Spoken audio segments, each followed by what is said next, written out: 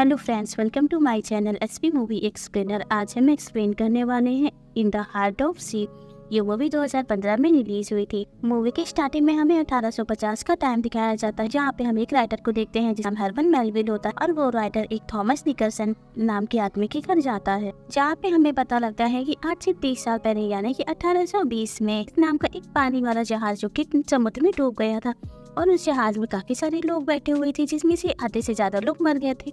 और कुछ ही लोग जिंदा बचे थे। और आज 30 साल बाद यानी कि 1850 में सिर्फ और सिर्फ थॉमस निकलसन ही एक ऐसा आदमी था जो उस डूबे हुए जहाज में जिंदा बचा था। और वही हरवन जो थॉमस के पास इसीलिए आया था क्योंकि हरवन जो कि एक राइटर था और वो थॉमस के ऊपर एक बुक लिखना चाहता था। लेकिन थॉमस जो हरवन को सारी बातें नहीं बताना चाहता था, वो नहीं चाहता था कि जहाज की डूबने की स्टोरी कोई किसी बुक में छापे। लेकिन तभी हम यहाँ पे थॉमस की वाइफ को देखते हैं और वो थॉमस से कहती है कि हमें पैसों की जरूरत है और हरमन इस स्टोरी के बदले हमें काफी सारे पैसे, इसलिए थॉमस रेडी हो जाता है हरमन को स्टोरी बताने के लिए। जिसके बाद हमारा सीन प्रेजेंट से कट होकर के हमें 30 साल पहले का सीन दिखाते हैं और ये टाइम तब का होता है जब व्हेल का शिकार किया जाता था, क्योंकि उस समय व्हेल का ऑयल जो कि काफी ज्यादा कॉस्टली बिकता था। और तभी हमें यहाँ पे एक लड़की को दिखाया जाता है जिसका नाम ओविन होता है और ओविन अब उसी कंपनी के लिए काम करता था जो कि व्हेल का शिकार करती थी। तभी हम व्हेल का शिकार करने में कंपनी के ओनर को देखते हैं और ओविन अब उस ओनर के पास जाता है, जहाँ पे वो ओनर ओविन से कहता है कि इस बार हम व्हेल का शिकार करने के लिए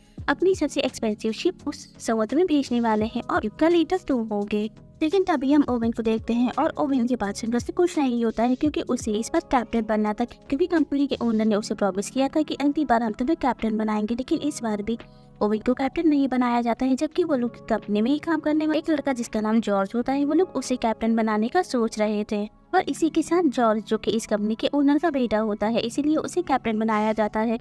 लेकिन तभी हम ओविन को देखते हैं और ओविन इस चीज के लिए रेडी नहीं होता है, जिस पर कंपनी का ओनर ओविन की सैलरी बढ़ा देता है, जिस वजह से ओविन रेडी हो जाता है और वो अब अपने घर जाकर के इस शिकार पे जाने के लिए अपनी तैयारी कर रहा होता है। तभी हम यहाँ पे ओविन की वाइफ को देखते हैं और ओविन की वाइफ उसके पास आती है और उसे ये बात बिल्कुल अच्छी नहीं लगती। लेकिन तभी ओविन अपनी वाइफ को समझाता है और फाइनली ओविन की वाइफ उसके गले में एक लॉकेट पहनाती है और उसे कहती है कि तुम सही सलामत घर वापस आओगे। इसके बाद हमें कैप्टन जॉर्ज को दिखाया जाता है और कैप्टन जॉर्ज के पास उसके फादर खड़े होते हैं जो कि इस कंपनी के ओनर होते हैं और वो कैप्टन जॉर्ज से कह रहे थे कि जाओ और बहुत ही बहादुरी से ये शिकार करना और सही सलामत घर वापस आना। एक्सपेंसिव शिप दिखाई जाती है जिसमें एक लड़का और होता है जिसका नाम थॉमस होता है और थॉमस जो कि अभी 14 साल का था और थॉमस वही होता है जो प्रेजेंट टाइम में इस कहानी को सुना रहा था। इसके बाद थॉमस और उसके साथी मिलकर के इस शिप में जाते हैं और ये शिप अब शिकार करने के लिए जा रही होती है। लेकिन धीरे धीरे उसकी एक लाइन जो कि सील हो जाती है और इसे छुड़ाना बहुत ही ज्यादा जरूरी था, वरना इनकी शिप आगे की तरफ नहीं जाएगी।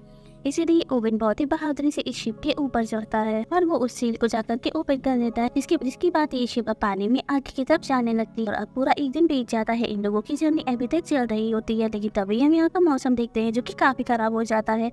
काफी तेजी से आंधी तूफान आ रहा होता है इसी और ओविन जब ये चीज नोटिस करता है वो सभी से कहता है कि हमें इस सील को बंद कर देना चाहिए तब, क्योंकि आंधी तूफान काफी तेज है और हमारी शिप डूब सकती है। लेकिन तभी हम कैप्टन जॉर्ज को देखते हैं और कैप्टन जॉर्ज अब अपनी बात को ऊपर रखने के लिए इस शिप की सारी सील्स को ओपन कर देता है, जिस वजह से इस शिप की स्पीड बढ़ जाती है और काफी तेजी से ये शिप तूफान की तरफ जाने लगती है। और देखते ही देखते ये शिप अब तूफान की तरफ चली जाती है और तूफान में शिप का बहुत ही ज्यादा नुकसान होता है। और जब तूफान थमता है तब हम जॉर्ज को देखते हैं और जॉर्ज अब ओविन के पास जाता है और उसे कहता है कि हम बहुत ही जल्द यहाँ से वापस जाएंगे और वापस जाकर के तुम एक माफीनामा लिखोगी जिसमें तुम्हें ये लिखना है कि मैंने अपने कैप्टन के ऑर्डर को फॉलो नहीं किया और सारी सील्स को ओपन कर दिया, जिसने हमारी शिप का बहुत ही ज्यादा नुकसान हुआ है और इसी के साथ काफी सारे लोग मर भी सकते थे। और वही ओविन जो ये बात सुनकर के काफी ज्यादा हैरान हो जाता है और वो जॉर्ज से कहता है कि शिप की सारी सील्स तुम्ही ने खोली थी और तुम्हारी वजह से ही ये सब कुछ हुआ है। जिस पर जॉर्ज ओविन से कहता है मैं तो अपनी शिप की सारी सील्स को चेक कर रहा था। लेकिन तभी ओविन जॉर्ज से कहता है लेकिन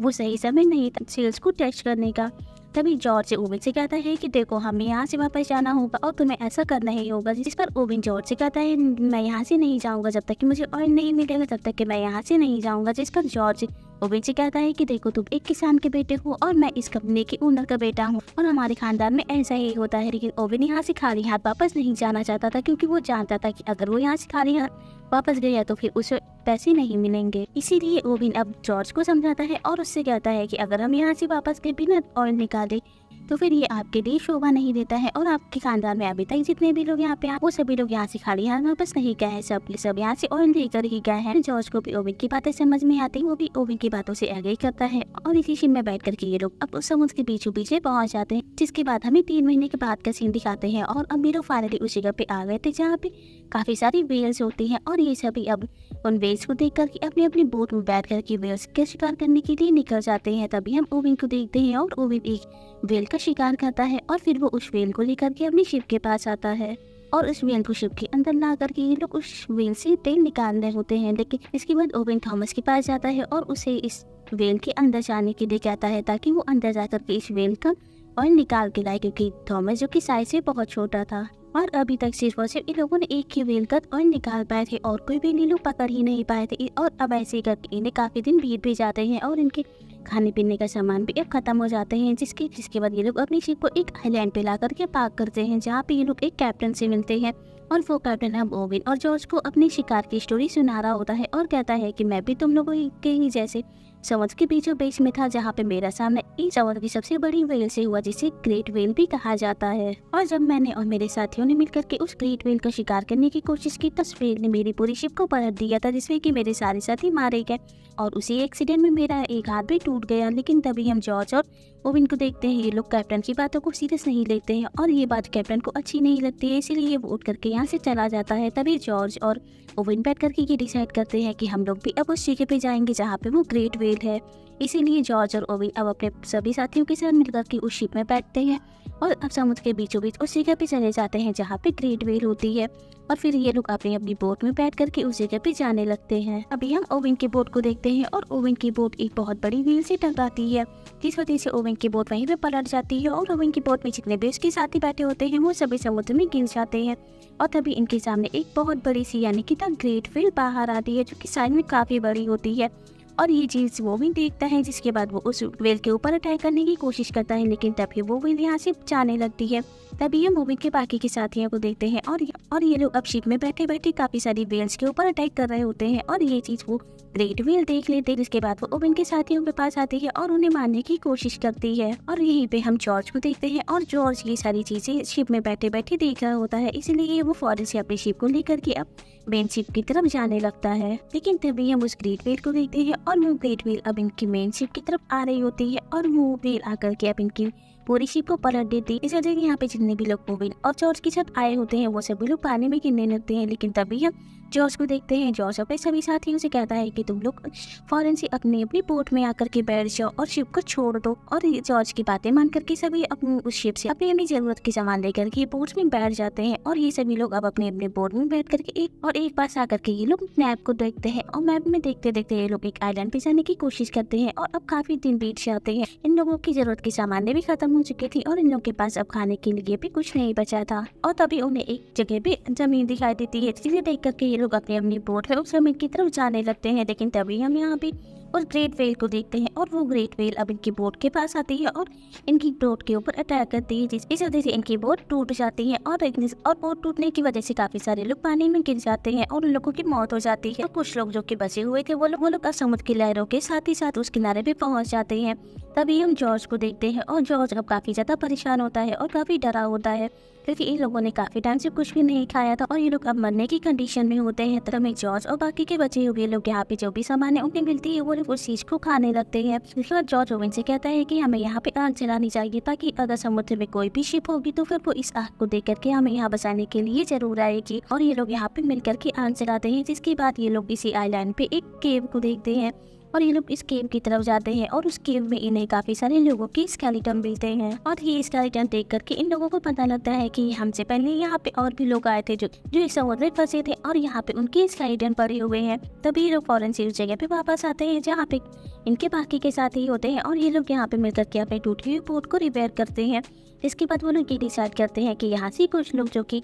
अगेन से उस समुद्र में जाएंगे और वहाँ से कुछ हेल्प लेकर के आएंगे और कुछ लोग जो कि इसी आइलैंड पे रहेंगे। तभी हम थोड़े दिन बाद का सीन देखते हैं और जॉर्ज और ओविन जो दोनों यहाँ से निकल जाते हैं मदद मांगने के लिए, और इनके साथ इनका एक साथी भी होता है, लेकिन इन लोगों की हालत काफी ज्यादा खराब होती है, जिस वजह से ओविन का एक साथी मर भी जाता है। तभी ओविन ये डिसाइड करता है कि वो अपने दूसरे साथी को इस समुद्र में फेंक देगा, और इसी बोट में थॉमस भी होता है। और थॉमस अब ओविन से कहता है कि नहीं, हमें इसे नहीं फेंकेंगे, जबकि हमें इसे खाना चाहिए, क्योंकि हम लोग बहुत दिन से कुछ नहीं खाए हैं, और हम लोग अगर ऐसे ही रहेंगे तो हम लोग किसी से भी मदद नहीं मांग पाएंगे। इसीलिए ओविन और थॉमस दोनों मिलकर के अब अपने एक साथी को खा लेते हैं। तभी हम प्रेजेंट डे का सीन देखते हैं, जहाँ पे हम थॉमस को देखते हैं जिसे अब काफ़ी बुरा लग रहा था, और वो काफ़ी रो रहा था कि उसे अपनी जान बचाने के लिए अपने साथी को ही खाना पड़ा। तभी यहाँ पे थॉमस की वाइफ आती है। थॉमस की वाइफ उसे समझाती है। अगेन से हमें पार्च का सीन दिखाते हैं, जहाँ पे हम कैप्टन जॉर्ज को देखते हैं, और ये सभी लोग अगेन से वो जगह पे वापस आ गए थे। और यहीं पे जॉर्ज अब अपने साथियों के साथ एक गेम खेलता है और कहता है कि इस गेम में जो कोई भी हारेगा उसे मार दिया जाएगा और बाकी के लोग मिलकर के उसे खा लेंगे। ये गेम अब ये लोग खेलने लगते हैं, जिसमें कि जॉर्ज ये गेम हार जाता है, और जॉर्ज अब अपने साथियों को गन देता है और उसे कहता है कि तुम लोग मुझे मार डालो। लेकिन यहीं पे हम जॉर्ज की कजिन को देखते हैं, और जॉर्ज का कजिन जॉर्ज को नहीं मारता है, जबकि वो खुद को ही शूट कर लेता है। जिसके बाद ये सभी लोग मिलकर के जॉर्ज की कजिन को ही खा लेते हैं, और अब ऐसे ही करके कुछ दिन बीत जाते हैं। तभी हम ओविन को देखते हैं, और ओविन अब अपने सामने उस ग्रेट व्हेल को देखते हैं जो कि इन लोगों के पास आ गई होती है, और वो इन लोगों के ऊपर अटैक करने जा रही होती। तभी ओविन अब उस व्हेल की आंखों को देख लेता है, इस वजह से वो उस व्हेल के ऊपर अटैक नहीं कर पाता है, और वो व्हेल यहाँ से चली जाती है। और अब ऐसे ही करके काफी दिन बीत जाते हैं। तभी हम इस समुद्र में एक और शिप को आते हुए देखते हैं, और वो शिप अब ओविन की बोट को देख लेती है, जिस वजह से वो फौरन से ओविन के बोट के पास आती है। और तभी यहाँ पे ओविन और उसके बाकी के साथी भी होते हैं, जिनमें थॉमस भी शामिल होता है। इसीलिए ये लोग फौरन से अब थॉमस और ओविन के बाकी के साथियों को बचा करके इस समुद्र से बाहर निकालते हैं, जहाँ पे अब इन सभी लोगों के घर वाले भी आए होते हैं। और इन लोगों को ऐसा लग रहा था कि ये सभी लोग मर चुके हैं, लेकिन ऐसा नहीं होता है। कुछ लोग मर गए होते हैं और कुछ लोग अभी भी जिंदा होते हैं, और सभी लोग अपने फैमिली मेंबर से मिलकर के बहुत ही ज्यादा खुश होते हैं। और यहीं पे हम ओविन की वाइफ को भी देखते हैं, और ओविन की वाइफ अब ओविन को देख करके बहुत ही ज्यादा खुश होती है। जिसके बाद ओविन थॉमस के पास जाता है, और अपने निशानी के तौर पे वो थॉमस को अपनी वेल पिन दे देता है। इसके बाद हम कंपनी के ओनर को देखते हैं, और कंपनी का ओनर अब ओविन और जॉर्ज को अपने पास बुलाता है। तभी ओविन अब कंपनी के ओनर को सारी बातें सच सच बताता है, लेकिन कंपनी के लोग ओविन की बातों का भरोसा नहीं करते। जिस पर ओविन जॉर्ज से कहता है कि तुम अब कंपनी को सारी बातें सच सच बता दो, और ओविन यहाँ से चला जाता है। सभी जॉर्ज अब अपनी पूरी स्टोरी कंपनी वालों को बताता है, लेकिन कंपनी के लोगों को अभी भी जॉर्ज के ऊपर भरोसा नहीं होता है। वहीं दूसरी तरफ अपन ओविन को देखते हैं, और ओविन अब अपने एक साथी को बचाने के लिए उसके पास बोट भेजता है, लेकिन तब तक के ओविन का साथी अब मर चुका था। इसके बाद हमें अगेन से प्रेजेंट डे का सीन दिखाते हैं, और प्रेजेंट डे में हम थॉमस को देखते हैं, और थॉमस अब उस राइटर से पूछ रहा होता है कि क्या तुम ये सारी बातें अपनी बुक में लिखोगे। जिस पर वो राइटर थॉमस से कहता है कि नहीं, मैं इसी स्टोरी भी एक फिक्शनल स्टोरी लिखूंगा जो कि सच्ची घटना से इंस्पायर होगी। जिसके बाद हम उस राइटर को देखते हैं, और वो राइटर अब इस स्टोरी को 1 साल में लिख करके कंप्लीट करता है, और फिर वो इस बुक को लॉन्च करता है, और ये बुक अब पूरे अमेरिका में बहुत ही ज़्यादा फेमस हो जाती है। और इसी के साथ इस मूवी की एंडिंग भी हो जाती है। Thank you for watching.